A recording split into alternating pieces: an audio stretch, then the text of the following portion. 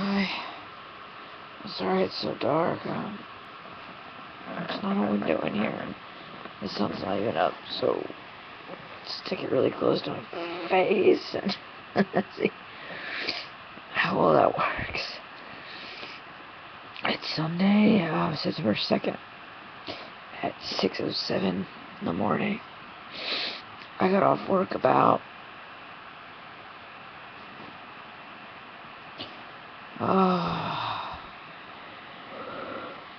2 hours ago, I guess. Oh, my computer's dying.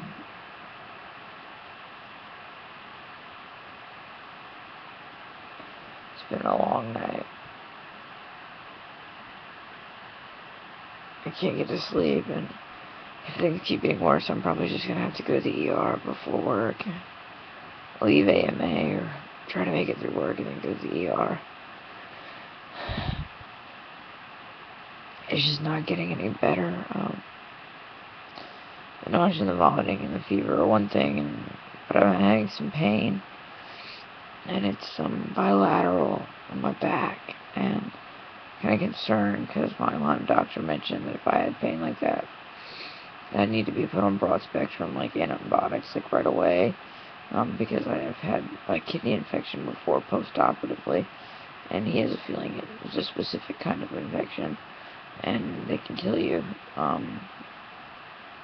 The thing he doesn't know about that I haven't got to talk about is the fact that I have bees in my lungs, the IPF, idiopathic pulmonary fibrosis, is why I've gone to the ER so much. It's been a pretty rough night. I'm glad I actually can only see my face from here down, because I'm pretty sure there's still makeup and shit on it from Friday, and then there's blood. I got on everything. I had a seizure, I think, best I can recall. I've had an Ativan now, so hopefully that'll take care of it.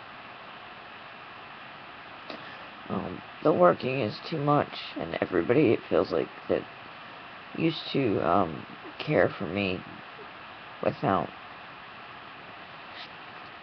I don't know, it feels like everybody sees me as a dollar sign now and a burden, and that was the last thing I wanted to become. I wanted to have independence and to be able to, well, delusionally be happy, but I don't even know if that's possible. I have all these wonderful people in my life, but they're going away, and I feel like my relationship with my friends is strained based on my health, and their health or their lives, and it's so hard to be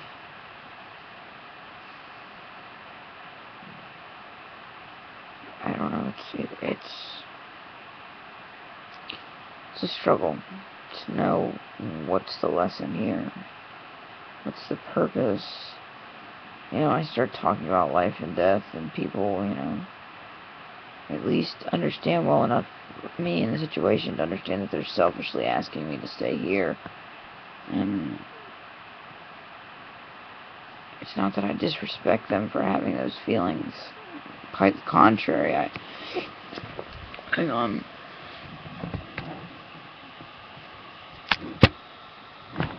In a lot of ways, I respect them for having the ability to articulate it so well and to understand it. It is a selfish endeavor, but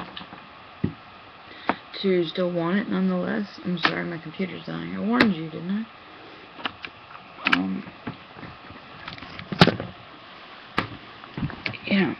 There we go. There's a little bit more light, but it's good because you can't see all this shit on my head. I feel like every weekend now I'm going to be going to the hospital, probably every week even. I looked into getting my own oxygen supply, and I don't know that I can do that. I mean, I guess I can find a way. It's possible, I guess. I can watch my face change colors. Really. I can like sit here and make weird light. Yeah.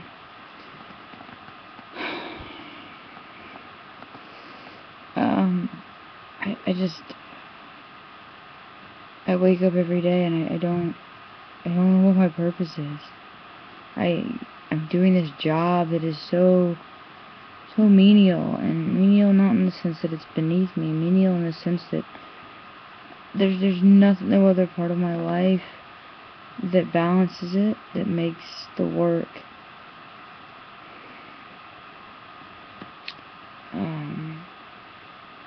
like this trade-off to where, well, I have this to go home to, or I have this and it's wonderful, or I have this artistic thing, and I don't have any support here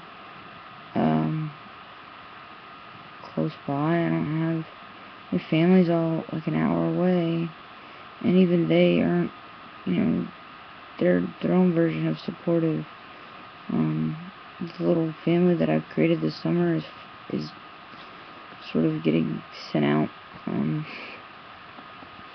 One friend who is in school in Asheville, we all pushed her really hard to get out of her shell, and so proud of her. She's so talented. She made ensemble for a show, and so she can't come back because she has rehearsals every weekend.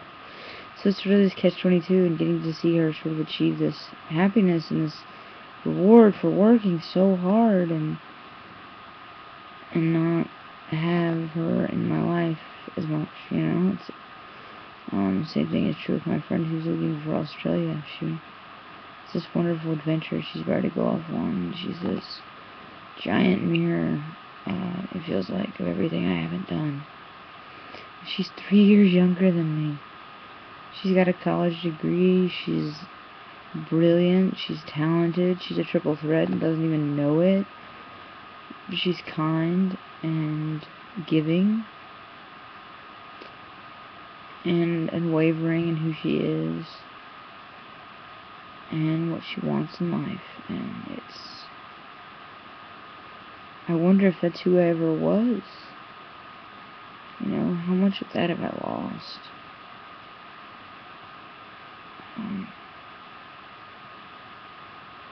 Realized how much of my dreams got wrapped up in the world that I was in, and there weren't time to have dreams of my own once I got sick.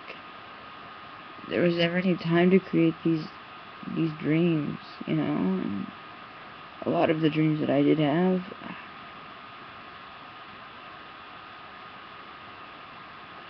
I'd love to say, well, they're still possible, but there comes a point where you sort of have to accept that that's an old life. It's an old you.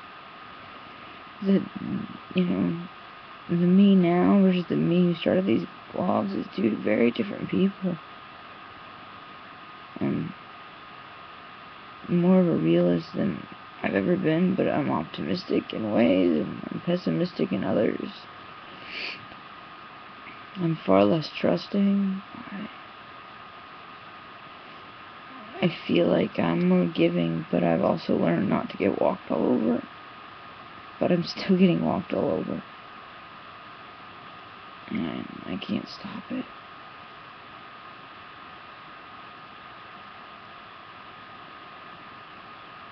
I don't know what it is I'm supposed to have found or be learning or be doing. I feel like I am more than an idol. I feel like I am dead already and watching everybody else live their life and wanting so badly to be part of that world and being this sort of ghost that they can interact with and have conversations with, but I can't join them in the physical world, is so disheartening. It's so,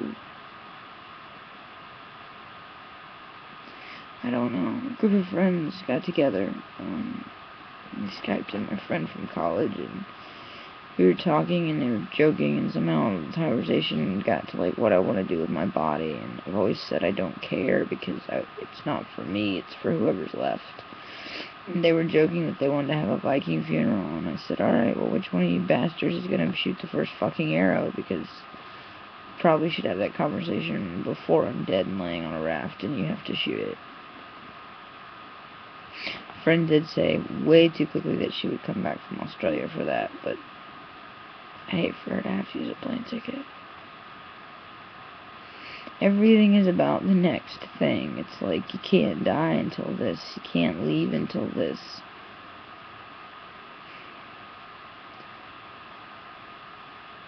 And I fight so hard to live in the moment, but the moment is so painful. I feel like I've broken every rule that I set out for myself, every goal, every thing that made me who I was. It's not like I want to stop fighting. That's not it at all.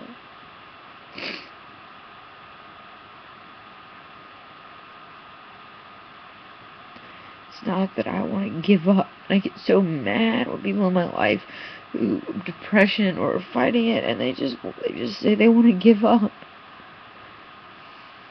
And I understand it. That's what's so messed up. I understand what that specifically feels like, and then it feels like you want to give up. But from where I'm sitting, to fight so hard to have life, to fight so hard to exist,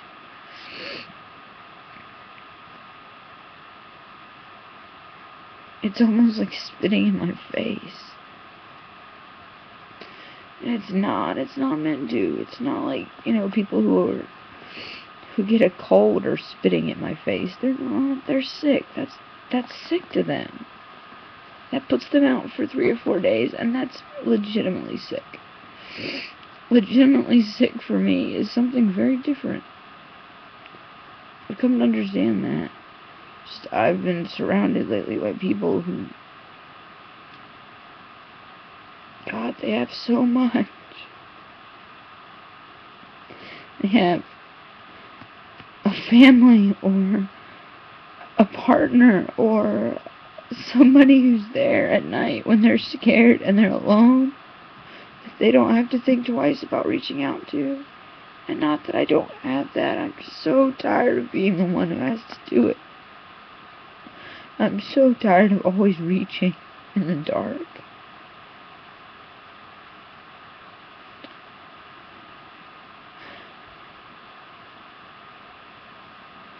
I go to the emergency room now and I don't even call anybody. Because what's the point? They can't admit me. They want to. I'm not sick enough to be in a hospital. I'm not alive enough. I'm not well enough to live amongst the living. I'm not teaching. It's the one thing that I wanted to do with every day of my life. I miss it every day. I miss my kids every day.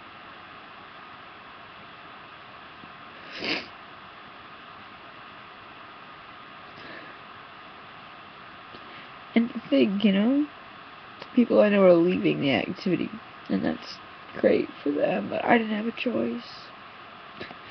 Like, so much. I didn't have a choice, and I don't want to play the victim. I'm so tired of that. I just want what's next, or I want what's good, because if good things come in threes, and so do bad things, then I've had multiples of 3, and my God, there must be something so amazing coming.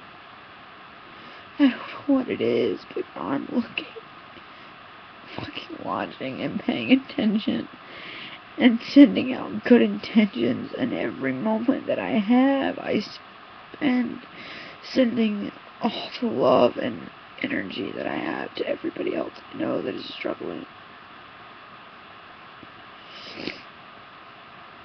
I just wonder,